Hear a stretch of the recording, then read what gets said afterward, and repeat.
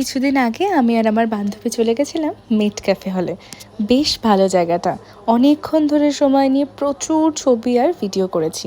ঢুকতে মাত্র 20 টাকা করে লাগে, আর তোমাকে খুব ভালো করে ছবি তুলতে দেবে, ওরা কোনো রকমের ডিস্টার্ব করে না। জায়গাটা এত সুন্দর কি বলবো। আর আমরা যেদিন গেছিলাম বেশ ফাঁকাই ছিল। তবে হ্যাঁ, আমি বলবো তোমরা একটু সকাল সকাল যেও, তাহলেই কিন্তু ফাঁকা পাবে। যত বেলা হয় তত কিন্তু লোকজন ভিড় করতে শুরু করে। দেখো কি সুন্দর না জায়গাটা, আমার কিন্তু বেশ ভালো লেগেছে। আমি প্রচুর ভিডিও ছবি তুলেছি। আর আমি আমার বান্ধবী দুজনেই কিন্তু সেম স্কার্ট পরে গেছি।